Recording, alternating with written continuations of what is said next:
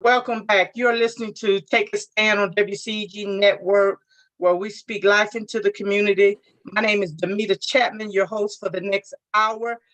Follow us on all your social media platforms. We have a disclaimer. Anything that is said today is the opinions of the host and the guest and not the producer. I want to thank Marcus Coleman for taking the call of coming out to talk about the different issues and the hot topic of Fulton County Jail and the deaths. But first of all, before we go in, I want to take a moment of silence because the day is September the 11th. And September the 11th, I will never forget, I was at work and my son called me and he said, "Mom, you got to come home. You got to come home. The buildings have come falling down and the planes is going in the buildings." I really thought he was watching cartoons. And then the radio was on at work and it came on the radio. And so it started a new trend out there in the military. We were stationed out there in Camp Pendleton. And I can say that the rest of those years I was there, Camp Pendleton was never the same. So we're going to have a moment of silence of the ones that went down in the planes, family members that I had that went down in the second plane. So we're praying for everybody.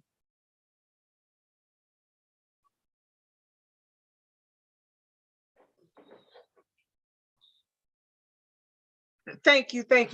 Marcus Coleman. Yes, ma'am. Good afternoon. We want to talk about, tell them a little about yourself first before we go on. Tell folks about a little bit of yourself, what you do and what you stand for and what you represent. Well, I appreciate it. It's good to be on. You shared your 9/11 story, so allow me to share mine. Sure. Which is part of the reason why I have found my calling. But 22 years ago today, I was serving federal time for a crime I didn't commit, literally in prison, convicted of a crime one did not commit, and never having ever been arrested prior, only traffic citations as far as my criminal history and a PSI report. I remember in federal prison in Ashland, Kentucky, getting thrown into an interrogation room along with several others and being interrogated about my involvement in 9/11. I want to make sure we're clear on that. My involvement. Many of us on all the federal compounds got interrogated after that attack, and our Brown brothers even got tortured in various institutions across the country. So that is my recollection of 9/11. With respect to the innocent lives lost, I don't think that the truth is yet to be told. Oh, absolutely. Absolutely. We're going to talk a little bit more about that because I just wanted to share that story. I run a human and political civil rights organization called Save Ourselves. It's been in existence since 2014. Prior to that, I'm the founder and former president for Reverend Al Sharpton's National Action Network, responsible for the acquisition of the Southeastern Regional Headquarters. I'm pretty proud of a new title that I recently was able to acquire. Shout out to Madam D. Dawkins Hagler, Madam President, who went through the process for her organization called Organization of World Leaders. And it is now an organization that is up under the United Nations. And I was recently appointed as an ambassador to the United Nations on behalf of that organization. Father, husband, advocate, heavy into youth athletics, but the overall salvation and liberation of our people. And I also, which I would like to discuss a little later, ma'am, am the first appointed, but vice chair to the first, if for people who are listening, I'm not some name-stricken cat. You know, Ms. Chapman asked me to say a little bit about who I am, and operate as vice chair for the first Fulton for the first county reparations for slavery task force in the nation by the name of Fulton County. We had our first in-person meeting after meeting for 2 years. So that's just a little bit, ma'am, of what I'm involved in. Thank you. Yeah. And I've been following that reparations thing with several other people. Let me ask you something, Marcus. Let's before, because that jail thing gonna be a hot topic for us. But let me tell you, how can we, because I know you guys stand for the Black on Black crime, what can we do about the Black on Black crime? You know, I hear people always talk about how we want to stop the shootings and the killings, but yet every day in Atlanta, when you turn on the news, you have a shooting. It ain't got so bad now that the kids is getting in the crossfire. What are your take on that, and what you guys think about doing to handle that situation? Well, the first thing I do, ma'am, is respectfully push back on the title of it, Black on Black crime. You know, coming up the way I did, and some of my mentors who are on the Black Power movement side of the aisle, and also on the civil rights movement side of the aisle, which is crazy because everybody's somewhat fighting for the same thing. But I believe, ma'am, I mean, we have to stop regurgitating, respectfully speaking, the phrase that was coined up in the early 80s to demonize our community. Crime is crime. We don't go around saying that it was Japanese crime on Japanese crime. We don't say that it's Italian crime on Italian crime. We don't say it's white on white crime. Now, don't get me wrong. This is not negating the carnage. It's just saying the regurgitation of a phrase that was politically orchestrated to demonize our communities. But we got to be real about this. You know, I got a 29-year-old son and a 17-year-old son. I'm 49 years of age. We got to be real about the era and the society that we live in now. Again, these are not excuses, but we can't just paint a broad brush over how do we stop this carnage. How do you stop the carnage, or how do you slow it down? Get rid of the type of movies that our children watch. Get rid of the programs that our children watch on television. There's no difference between the television and the silver screen. Get rid of social media and all the carnage that they watch. Watch and listen to. Get rid of the music and all the carnage that they watch. I mean, basically keep them indoors and remove all type of current technology. So what I'm saying is not factual. Right. We're living in a society where if it bleeds, it leads. That's journalist slogans in avenues. You know, we love carnage. Everybody loves to slow down for car accidents. Now we can do it virtually. Honestly, ma'am, I don't have the politically correct or fluffy answers. We're in an era that is getting worse. We are in an era where you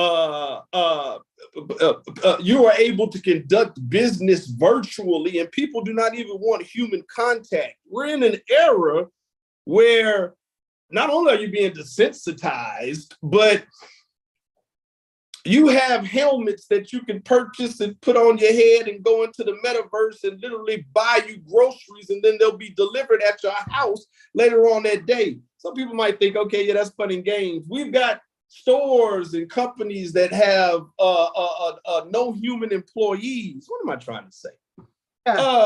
You know, ma'am, you can't put the genie back in the bottle. We have to learn that we're living in a new time. You talk specifically about the shootings and the carnage. Mm-hmm. We have to become more aware that every time we step out this house, we are in a potential mass shooting situation. So I don't like to bamboozle or BS folks. You know, the days of, and I used my time as a child, the days of the 70s and 80s, like even 90s is considered old now. Yeah. Those days will never be back. So it behooves those of us who have like minds and spirits to link up in so-called tribes and make sure that each other are safe. You know, it's funny for you to say that, because this morning I went down, the spirit took me down memory lane, and I posted something, and things that happened in the 70s and 80s is not here now. They're long gone. But I know that we have a lot of mentors. Do you see mentors helping not only our young fellows, but our young ladies, keeping them on the right road? Absolutely. I work very closely with a lot of powerful sisters, excuse me, Anana Harris Paris, Queen Yanaja, Lone Wolf, Tamika Mallory. I could really list a lot of names. So please forgive me if I didn't include your name in that short list. But these are sisters that not only are about the community in a whole, but the empowerment of young girls. Honestly speaking, I think the young girls are the key because, everybody knows as youngsters, most of the time, young folks or young boys, I should say, are acting up because of young girls most of the time. I know we're in a different day and time now. We don't need to speak about that here. But the short answer is yes. But one of the things that I've seen is the older generation, and I say this respectfully, they look at this new generation and they're scared of them. Many of the older generation are scared of this new generation. Now, on the flip side, folks will say, yeah, they cussing all out in the open pants, all the way down to the ankles, and they looking half crazy and smelling like that weed. And that's why I believe, Damita, my age right now, my position, being 17 years in this thing, it's a drop in the bucket compared to some of my mentors who are my elders. But 17 years is a good time to be out here. Yeah. I consider myself that bridge between generations, and the older generation doesn't have a clue as to what these youngsters are able to do and are doing on a daily, minute, hourly basis. They don't understand the amount of information that they not only are able to store, but they're processing this and that. Now, the youngsters have to have more respect to the era that the elders came up in and for what they've done. All that sounds great. But if we don't have people who the youngsters respect and who the elders respect and who are out here weaving those generations, then shame on us. I think we're in the most powerful, I think we're in the most powerful time that our people have been in a very long time. I like to call them Thundercats and Thunder Kittens, the young ones. They are the most fearless generation that we've had, but we have to look in that mirror. And honestly, I would say the generation before me first and then me, and think that we do all that we can to not just guide them, but to protect them from this new cyber attack that has their minds focused on algorithms instead of their own personal thoughts. Let me ask you a question. Do you think sometimes that we, and I'm gonna say myself too, because I'm in that old generation, 60 years old, and I found that sometimes you have to get down on their level. You don't have to get all in the gutter with them, but you have to get on their level to understand where they're coming from. Do you think that that's what some of the older generation should do? You have to do that. And again, I'm not asking folks to go about their daily routine as I do. I engage the youngsters. Honestly speaking, the youngsters feed off your energy and your vibe a lot. I'm not acting like there aren't rare cases. Of course, we've got a lot of crazy adults. So I know we got crazy youngsters, but you have to engage them, especially those of us that love to sit back in the comfort and the convenience of our sofas and do all types of criticism. I have no respect for folks who are out here criticizing how the youth are, but aren't spending any kind of time developing a member of the youth generation outside of their own families. Oh, absolutely, absolutely. And Marcus, I say this because I work with a lot of young folks, over at UPS, and the respect. I'm not bragging, but the respect. And sometimes, them young kids, they come in there and they have so much on their mind, and they just need somebody to talk to. And so I often tell them, they smoke that stuff. And so I always tell them, I say, y'all gonna make this old lady a little nauseated with that. I call it panel piss.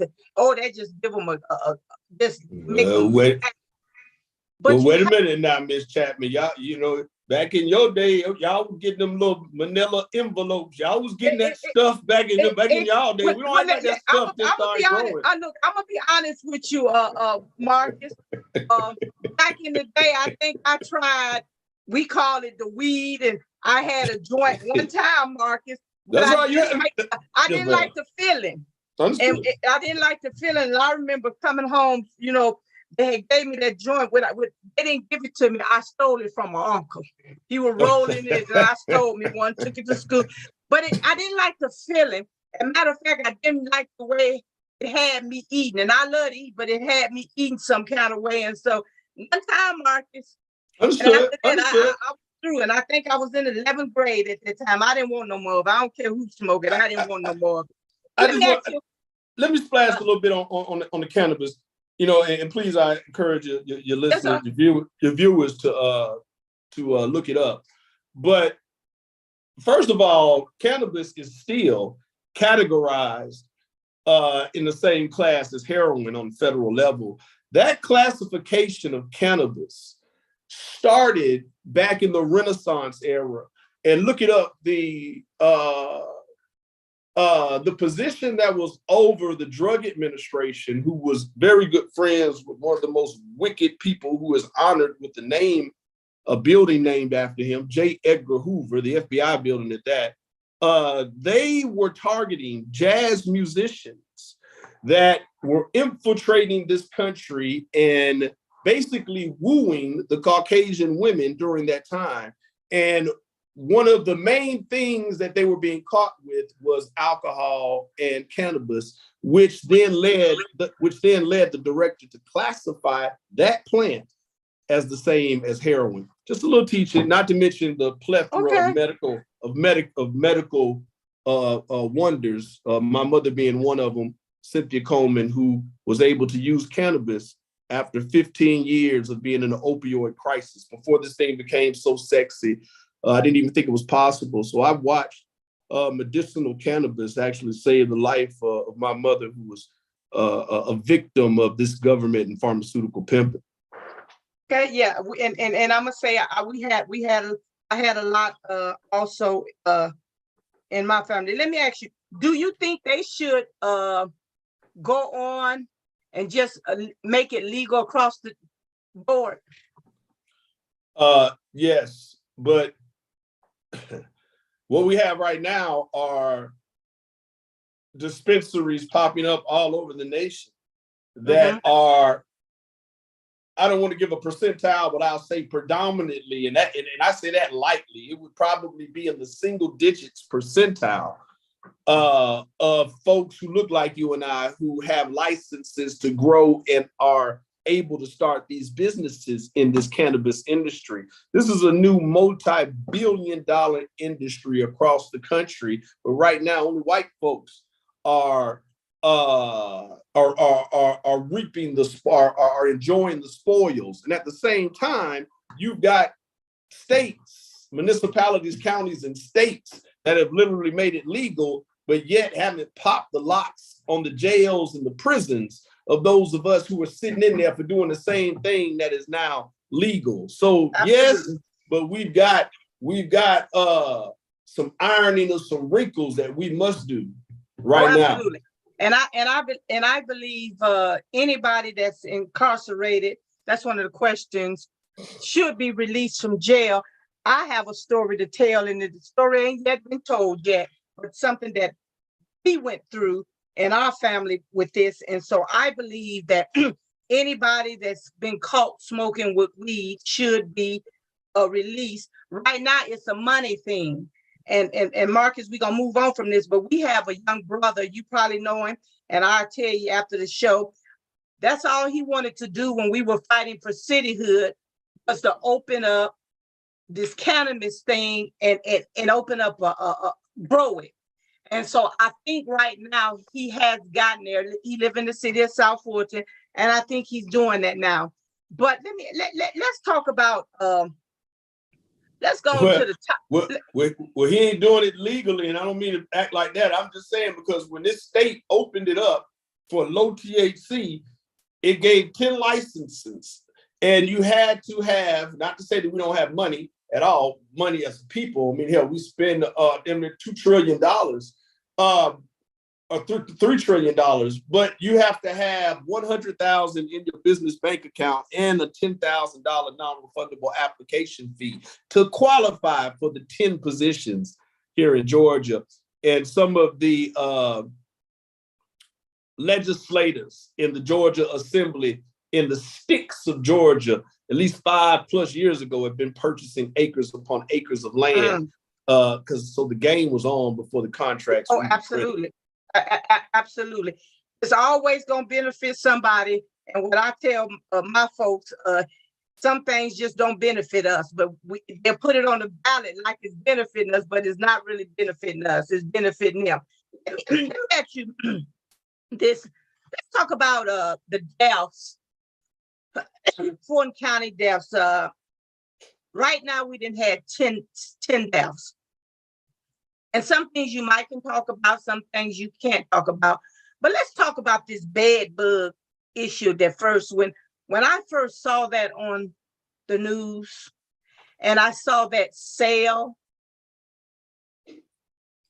I was heartbreaking. And this is why I was, because I traveled down there in San Isidro, Mexico, and Tijuana. They don't live like that down there.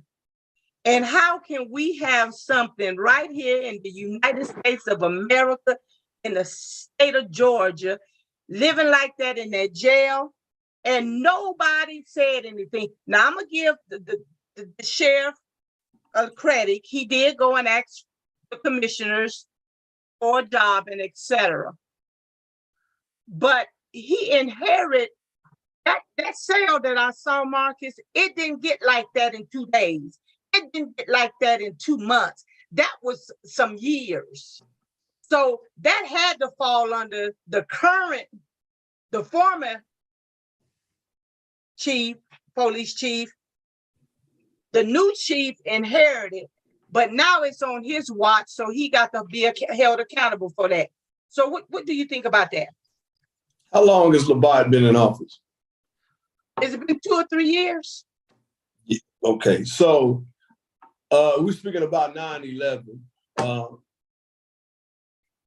If there was another attack, hypothetically speaking, today on 9/11, whose watch does it fall on? The current person in position. Let me tell you why I have, as a sheriff, why I have serious concerns about LaBotte. I don't know the man as a person.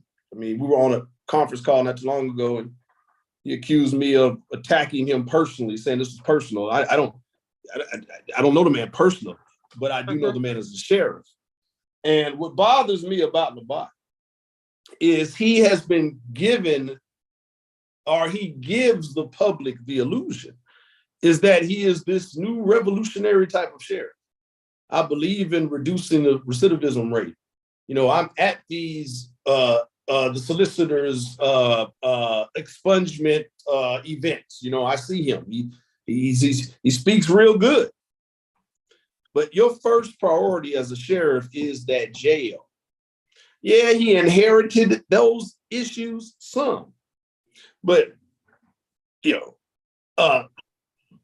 sources have told us that work has not been done purposefully in order to have this big campaign about getting a new, bigger, stronger jail to hold you longer.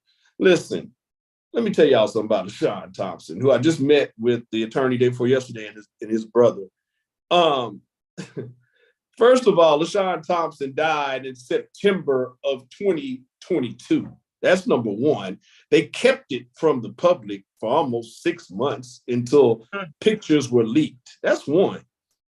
So what lets you know there is the character of the sheriff by having this type of tragedy and think that it could be concealed.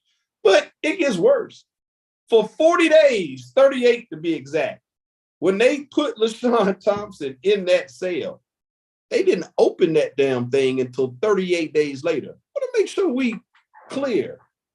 The man suffered from schizophrenia, and they said part of the cardiac arrest was caused by accelerated schizophrenia. Literally went mad. Severe dehydration, severe malnourishment, not a trace of the medication that is supposed to be administered for his schizophrenia. They closed the door. in that cell that you spoke about. It didn't open that thing. Let me explain. There are counts that the COs who in this jail are the sheriff deputies. There are certain head counts that have to happen. When you're in a mental wing cell, you get counted literally like twice or three times, please fact check me, but at least twice every hour. So why am I going? Because since LaShawn Thompson, there's been like 6 more. But LaShawn Thompson, you would think that that type of abuse and neglect would be done in a jail that's ran by racists, not our own people. So that's why I have a serious concern about that brother. And I've been saying for almost half a year now, he must resign. He keeps putting every responsibility on everyone else but himself. And there have literally been 15 plus arrests at that jail. Folks is getting arrested, folks. Let me be clear for your listeners. The sheriff deputies, the COs, I mean, from everything from bringing in contraband, finger licking good COs, doing whatever, you know, and folks chiseling through walls, stabbing other folks. And the sheriff told me, Mr. Coleman, you wouldn't be able to chisel through a wall if it wasn't 30 years old. Where's the accountability? He said this publicly. You all can see it for yourselves. Yes. He's dangerous. Now I'll pause with this. And then to watch the celebration of Trump being booked into the jail, of Rudy Giuliani being booked into the jail, Labat being hoisted upon the shoulders of the nation or the world, saying this is the man that got the mugshot.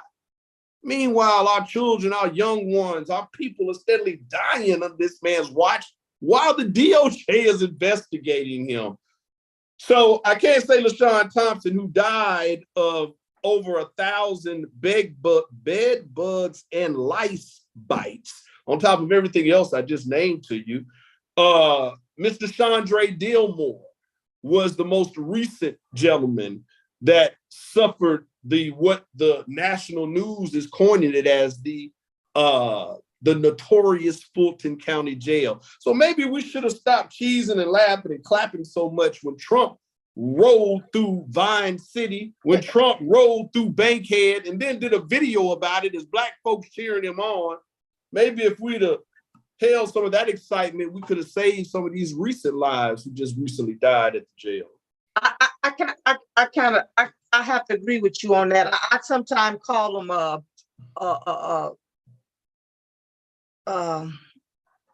folks that want to walk the red carpet and spotlight. So let me ask you this. I believe that it should be some mental hospitals, because everybody down there is not criminals. They got a mental. Do you think that Atlanta or Georgia should build a mental facility instead of housing some of these folks in the jail? The short answer is yes, but let me make sure we're clear to your listeners and viewers. No, everybody's not criminals down there. Matter of fact, nobody's a criminal for why they are in there unless they're going through holding. That's a jail. These people are innocent until proven guilty. Don't get me wrong, there are folks in there with previous records, so I know some will push back and say they're criminals, but we can't forget that this is not a jail. I mean, this is not a prison. This is not a state or state maximum prison or a high security federal prison. I bring those two up because there have been, you mentioned the 10 deaths, but that's just in 2023. Up under his watch last year, there were 15. So wow. You have 25 deaths in a little over 21 months. Those are numbers similar to those larger institutions I just learned. It's a real problem over there. So to think that that is the main facility that helps with mental health, I mean, that speaks to us as a society. That speaks to us that with our loved ones and folks have issues, we just want to throw them away in some facility. So absolutely, there should be a separation of those who are dealing with mental health crises or mental health issues, especially when we're talking about failure to appear traffic tickets Mr. Delmore was second-degree burglary. LaShawn Thompson was something that, as I throw this around, I'm not condoning crime, but whether folks want to believe it or not, if you get accused of a crime and detained, that doesn't mean it's a death sentence. And a matter of fact, why in the hell are folks that look like you and I, the majority, having these death sentences for these minor crimes, some even misdemeanors? So yes, a separation would be give the ability to really give folks a targeted treatment. Yeah, and some of the folks down there, Marcus, you can say yes or no, but through the experience that I went through, some of the folks really, some of them is there, but some of them just don't have the money to get out, and the support, and they held there for no reason. Do you agree with me? The recent gentleman, Mr. Delmore, $2,500 bond, $2,500 bond. And everyone who doesn't know, it's 10% of that bond. Let me get back to this Trump. Trump can swoop into the jail, the notorious Fulton County jail, where bodies are dropping like flies, get processed, even though it was the first time ever they moved the fingerprinting station and all kinds of stuff, things you would expect for a president. He can swoop in and out and not spend more than 20 minutes. And is being charged with corruption of the presidential election. But yet, folks like Delmore and the 9 others this year, including LaShawn Thompson, I know there's a system and some folks had holes on them. Trust me, there's not one I hadn't dotted a T's crossed when I'm speaking on people's behalf or speaking of them. But my point is, the president, who is the villain, a global villain, can swoop in less than 20 minutes in the most notorious jail with a bond of a certain amount, or later to get the bond of a certain amount. He didn't have a bond at the time. They released him right on. So one has to, in an exaggerated, elongated way, understand that people should be sitting in damn jail for $1,500, especially in a society where you can so easily charge them. Money-wise, you can easily get that money, bill them. Let me better put it like that. Mm-hmm. I totally agree, Marcus, on that. Like I said, I have a story to tell, and the story ain't gonna be told today, but I got a story to tell, and it'll help some parents. But it's so many. Can I say this? This last part, because it goes into the crime, it goes into our society. We can't acknowledge as a community that mass incarceration exists and that our community is targeted for that, and then be baffled at an overcrowding situation. I mean, you can't have it both ways here. You can't lock your way out of this crisis as far as our society is concerned. You got to try love. Now, love comes in many different ways. Oh, absolutely. Right now, we need a pouring into our youth what that love and that community looks like. Absolutely. You can't get the masses of young folks to even respect you if they see you doing things counter to what you preach. Back in the day, and I'm a hush, back in the day, I guess it was a little easier. I think about when I was coming up. It was a little easier for my moms. We live in a society where everything is on video, everything is recorded. That's the norms. I mean, we FaceTime now. We don't even really talk. So we're in a walk it like you talk it, practice what you preach. And until we really pour that love that I see, and I mean that love, Damita, outside of your own family, outside of your own circle. But I'm cynical and a realist. I think that we suffer from a high level of classism. Black folks who've been eating high off the hog for a long time, and you better hush. You better hush. You better hush. I'm a hush. me ask you, because back in the day, we had a village that would help us along the way. We had pastors that would help us along the way. You know, I was thinking this morning, we had pastors that would pick us up and put us in they Cadillacs and they station wagons, but now pastors don't even want you to touch their car. Do you believe that pastors, we are missing the mark with our young folks, the pastors? Can you believe it or not? I mean, I literally work around a lot of pastors, and so forgive me, members of the cloth, but we done went from, as you stated, the pastors picking folks up, picking their congregation up to take them into the pews. Now they too busy pulpit pimping. I mean, it's just, but I'm not gonna say like pulpit pimping is new. I work around a lot of pastors, and they know I give them hell. The unholy trinity that I like to speak about when trying to help out a family is pastors, politicians, and attorneys. That's the unholy trinity, and I work with a lot of them, so they, it is what it is. But the Black church has been one of the most powerful vessels. That was the meeting location. That was even back when, when we were considered 3/5 of a human being. When it was time to mobilize. That's that.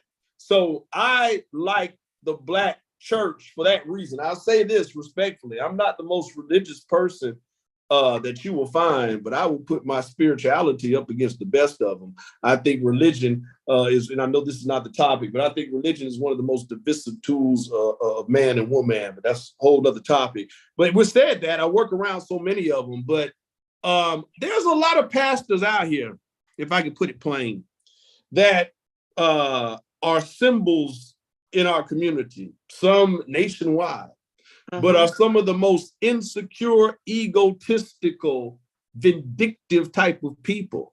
A lot of folks are worried sometimes when I touch the microphone, because what's that saying? I know where the bodies are buried nationwide. But it's just interesting watching who the community will gravitate to. I just say this in closing. Some of the folks that you all hold so holy. Most of you, who I have no idea who I'm talking about, probably have more character and realism than some of the people that you hold in such a holy position. A lot of it is held by actors and actresses. Well, Marcus, I got a question that just come through. As I get older and a little mature, and where I come from up there in Ohio, they used to always tell us, don't never put a man on the shelf. Because just as sure as you put them on the shelf, they're going to come down. I got a question from Facebook. We are not addressing the root causes of why things are the way they are with our children. Do you think parents should be addressing the issues also? You hear parents always say, not my child, not my child. But I'm a firm believer. You don't never say not my child, because they'll make a lie of you every time. What do you think, Marcus? I mean, I just don't like sweeping statements. What do you mean we're not addressing the problem? Me personally, I don't know when they tuned in. Me and you were discussing television, movies, radio, internet. Obviously, parents are obviously parents, some of these conversations in today's times are kind of weird. I mean, you birth them, obviously they're your responsibility. We've kind of gotten away from that. So to that person, when they say we're not getting to the root, I think they're actually missing the magnitude of the multiple levels of attacks that our children are under. It's not any one specific thing. So to say that we're missing the root, I would love to know what their answer to what the root is. Do you think when they stopped took parents shouldn't do this and parents should do that, do you think that kind of caused the problem? I remember, when my son was young, I didn't whoop him often, but when I gave him that one good one, he talks about it now. And I used to always tell him, I'd rather whoop you Because when I put that on you, I love you. And I made this statement to him. I said, when the white folks out there beat the hell out of you, they don't love you like I love you. So do you think taking prayer, the whoopings, has caused some issues in the families today, Marcus? Well, respectfully speaking, as one that just spoke about my position on religion, the answer would be no. I think the problem is y'all Negroes started getting too much money and getting too many titles, getting too much popularity. I mean, let's just keep this thing gangster. I mean, when we were at the height of rebellion during the Black Power and Civil Rights movement, the Black Panther Party movement, which a lot of my mentors come from, you know, we were public enemy number one by the FBI. We were infiltrated by folks that don't look like us, and a lot of them that look like us.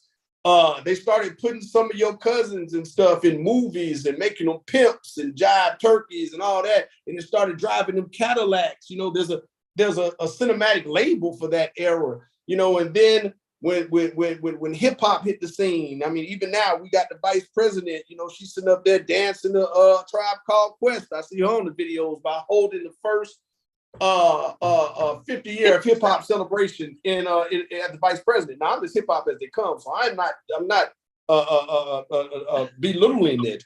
But hip hop was even used to further downgrade our community by certain artists. If they were speaking about the shooting, the slanging, the this and the that, they were getting the major record deals when those who were focusing on positivity and consciousness were not. I mean, we got to look at we can't be so superficial to, respectfully speaking, to say that prayers in school are something in the community or we got to look at we are a class of people that, because of our melanated skin and the power that it possesses, we are constantly under attack, whether it's covertly or overtly. And our children currently are the ones who are under attack the most, because we live in a cyber age now where it causes parents, you can't be the same parent like even my mother. And respectfully, my mother's 15 years my senior, but it's a new day. Parenting is different. So of course, responsibility falls on those that you birthed, but we have to collectively understand that this shit is bigger than some superficial. I will pause after saying this. We are literally in the era where Caucasians documented that their birth rate is less than their death rate. We also have to understand the reason that these Roe versus Wade this Roe versus Wade reversal took place on the heels of these heartbeat bills like we have in Georgia popping up, is because certain Caucasians are realizing that they are trying to preserve their race. Oh, absolutely, I mean, absolutely. This is real. And so from that, there are attacks that happen to us, and especially our children, that we don't even have a clue of. I'll pause with this and referencing Kendrick Johnson down in Valdosta and many others. Absolutely, because I never did understand how did he get rolled up in the map, but you know that's a whole different topic. I was just going to his organs being missing. There are several all across this country where Black people who are missing are then found, whose organs are missing. I don't want to get too off field with that, but y'all got to understand, as melanated Black human beings, the true creators of the people on this earth, how important we are. And in this era of people getting an enlightenment, it brings another level of attack. And you know, Marcus, you know, me and my husband, we have conversations that he sometimes say, Damita, it's a reason why they don't want folks to have abortions. Because see, right now, that one race of folks is not a minority no more. So they're trying to populate to get us out of the way. But we have to understand, as Black folks, we need to pay attention to a whole lot of stuff, Marcus. And I know you're out there, and sometimes we can be so bamboozled. Yeah. We can be so bamboozled. That go from the church all the way down to the garbage folks. We can be so bamboozled by folks. It's just that. Yeah, and a lot of times that bamboozlement comes by our own folks who get these positions of power. We got to understand and stop calling ourselves minorities. I get it. This whole affirmative action thing going on. I don't know how much you want to discuss on that, but we need to understand that here in this nation, that might be one thing, but human beings over the world, we are the majority. Now, that doesn't make us better, but like Brother Farrakhan said, it doesn't make us better, but it makes us your father. It makes us your mother and your father, and you should understand to respect and honor your mother and father, so your days may be long. Will be longer. Let me ask you, do you think as a race of people, I'm talking about the kids now, we have gotten so high mighty in our big houses and our material things that we're not giving back to our kids? They're missing the mark. Kids are being raised by the cell phones, social media. Of course that is happening, but I know some awesome kids. Hell, I can't call my 29-year-old, who's a man, but it's hard for me again to paint such a broad with such a broad brush, because then that totally eliminates the great programs and the great parents who are actually doing great. Oh, and we got some great ones. And you really shouldn't be applauded as being a great parent. That's just to be given. But I understand the circumstance. As also being a coach, a head coach. I haven't been a head coach in a couple of years, but assisting. So that's a father figure to many of these coaches outside of my own son. So I'm just careful with saying, no, collectively, can we do better? Absolutely. But we have to learn how to give constructive criticism without throwing everybody up under the bus. With respect to these questions, yes, we can do better, but let's also highlight some of the great parents, great teachers, great coaches in this new era that everybody has to get used to. Let's make sure we don't forget those who are out here really making a positive impact. And when we say,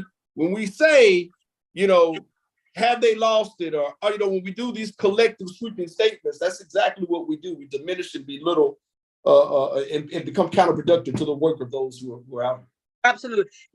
Marcus, we both live in this city they call the new city of South Fulton. Here it comes. We saved it for last. And we have some great kids. I remember I heard a comment that the school Westlake wasn't a good school. Oh. But if you go to Westlake, you got some great students coming out of Westlake. You got a son that's coming out of Westlake, got another one coming out of Westlake. I got a son come out of Westlake. Let me be quite clear. I mean, my oldest son, 29, he went to North Springs. My youngest son is a senior coming out of Westlake. I, along with a group of others, are very proud to be the first class to go the first 4 years of Westlake. Myself and others are very proud to name that school as far as the Lions. This was before, this was in conjunction with the merger of Lakeshore High School from the south side of South Fulton to Westwood, over where Westlake actually is. So we merged in 1988. Even before that, Damita, the first class to go through the first 3 years of Camp Creek Middle School, which they say is a bad school now too. I want you to understand how deep in these roots of South Fulton. My grandparents were the first Black homeowners off of Ben Hill Road, Suling Drive, to be specific. House tomato twice, and then a 30-foot cross burned in the yard in 1975. So the first going through Camp Creek and help name it, the first to go through Westlake and help name it, and then meeting you with developing this city. My roots in this area are as strong as can be, and they're in the avenue and lane of the creation of something new. So I just want to say this about South Fulton. And I'll make this clear. Say what you want to say. Say what you want to say. I won't go into too much detail. October 3rd, we're looking forward to our oral arguments for my federal lawsuit against the city, a lawsuit that I honestly did not want to bring forth because of all of the legality or legal situations and as it relates to police that I deal with all across the country. But oddly, in the city that I, along with many others like yourself, helped to create and had been working with government and the police chief and change legislation in the city under policing, just terrible advisement on how you deal with issues that are considered high profile. So for all of those who have been following, know that we're still moving. October 3rd, they've been trying to get this case thrown out. We have been successful, and we have one last hurdle before it'll be set for trial date. And in conjunction with that, for those who were listening or those who cared about my well-being, I met with District Attorney Fonnie Willis about 8, 9, 10 months ago, and I'm still pursuing charges against the former South Fulton police officer who now works for Rockdale County Sheriff's Department. I say all of that to say, I literally made what happened to me a case study, putting out information after information. I know, ma'am, you are a stickler when it comes to open records and things of that nature, so you can have the facts. I put things out step by step, and people, for some odd reason, I guess acted as if I hear this all the time. Oh, that's just Marcus being Marcus. Oh, you know, he wasn't choked out, shot out, passed out, broken up, or whatever. He's fine. But then what I have seen, man, is corruption after corruption after corruption after corruption. Maybe if some of y'all would stop being this is the citizens of South Fulton, would stop being so selective with accountability, then maybe the whole house would be a little bit better. But what's crazy to me is, here we are, that has a mayor that was arrested. Here we are, that I'll put it out there, it's been put out in the media, that the condition of bond had to deal with a mental health issue. And we're not venturing off into a lane of legality as far as discussing someone's medical history. But how is it as a city that the citizens are sitting here, hush mouth, acting as if we don't have a crisis on our hands? Oh, I know why. I know why. Because we're getting advised, or the council is getting advised that this is something that's under investigation, so you just shouldn't talk about it. You know, like that Marcus Coleman thing, just don't talk about it. Or, you know, like the officers stealing the cases of beer on the train tracks, you just shouldn't talk about it. Or the officers stealing money, I can go on and on. But we sit here and watch business be conducted meeting after meeting. But to put it plain, we have a mayor that we have yet to hear from, or anyone for that matter, as to why the arrest happened. We have a mayor and council that we've yet to hear from on the status or the conditions of the bond, and make it make sense that this individual should be in the position of making decisions. But I want to make sure I'm just not putting it all on Khalid, because I think collectively, they all have been counterproductive to all the work that plenty of folks like yourself, or even my grandparents who are long and gone, who were the first homeowners around this place. You're being disrespectful to our people to think that you can just do business as usual, don't talk about it, stick your head in the sand. But meanwhile, everywhere I go, Ms. Chapman, I'm a hush. People ask me the same damn question. What the hell are y'all doing over in South Fulton? Well, I'm going to stop you right there. I'm going to tell you, I hear the same thing, Marcus. Marcus, I told him, I say, I was over in Mexico in the water, and a group of folks was out there swimming, and they were having a conversation. And they were having a conversation about the city of South Fulton. Yeah, hot topic. In Mexico. I eventually chimed in and just asked them where they were from, and they told me. And I sit back and just listen to what they said. And I come back and I tell all our city leaders, folks is watching us. But let me make sure I'm clear, man. Marcus, let me say this. Mm-hmm. I say from the beginning, if the head ain't right, the tail ain't gonna be right. There's a way to do things. The counter to what I'm saying and you're saying would be, again, well, you know, we don't discuss things like that out in the open.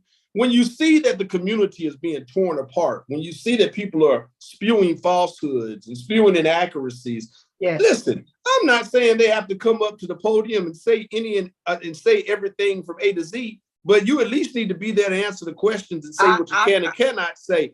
It's our novice approach at public relations during high-profile situations that are sickening and repulsive to me.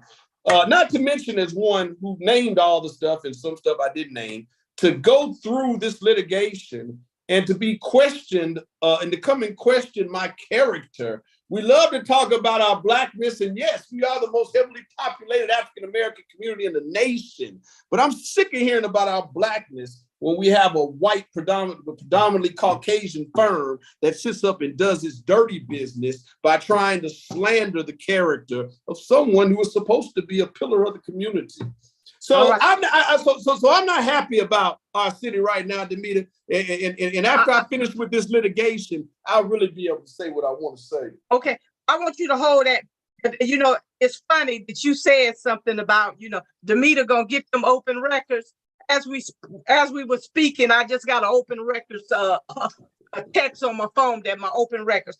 We're coming down to the end, Marcus. But in your closing statement, what do you have for the community as a whole? Every first Thursday, you need to meet us down at the Fulton County Government Building. We have been operating for a little over 2 years now as the first county sanctioned a reparations task force. Every third Thursday, we meet via Zoom. As far as Fulton County Jail is concerned, I mean, I'm working with a couple of those families any and every day. You know, I just try to uplift our people and push us forward toward Black liberation. And also, as I stated earlier, understanding my role at the age I am with being a bridge between generations. A lot of people have it misunderstood. I know they have you the same way, Damita. I'm just one out. I've been out here 17 years. I've worked with some of the best of them who have transitioned and still here as living legends. So I just don't have a time for a lot of the BS. And I think a lot of times we major in the minor and make mountains out of molehills. I'm just trying to pluck that low-hanging fruit while I'm steady strategizing towards the main goal. You know, so we have a slogan that attack the ink, not each other. A lot of these cases, these police cases and other cases that I deal with, you know, that has to be done. It's reactionary. But I'm all about changing this ink, changing the statutes as they're written, changing the laws so we don't feel like dogs chasing our tails generation after generation. I agree, Marcus. What I want you to do, you just keep on doing what you're doing. A change got to come. Better days. But it's you, me, and the others, and we have so many great folks out here is fighting for our kids. You keep on doing what you're doing with the young kids, mentoring, staying. I'm gonna tell you, you be over there at Westlake in the schools. Just keep on doing what you're doing. I'm gonna be looking forward to this reparation thing. I want you to know that don't give up on the city. I know you're not gonna give up because we fought too hard. But again, when certain things, I'm being quite nice now. I'm being nice by not saying things, but yes, ma'am. but yeah, so we also have to know, Marcus, that this is the jewel. And if we don't get it right now, I don't want to be like Detroit. I'm from up. I don't want to be like that. So we got to get it right. But we also have to have leadership that's going to do the right thing for the people. And we showboating and all these taking pictures, that's good. But I don't care about that because you got folks in the community that is hurting and just need some solutions and problems solved. Again, Marcus, I want to thank you for coming today. It was great talking to you. We gonna keep in touch on some issues because you said a few things that I know I got to have a conversation with you. But this has been Take a Stand with Damita. I want to thank all my listeners for coming and zooming in. Again, thank you, Marcus. Have a great day. Hold on, Marcus. Okay.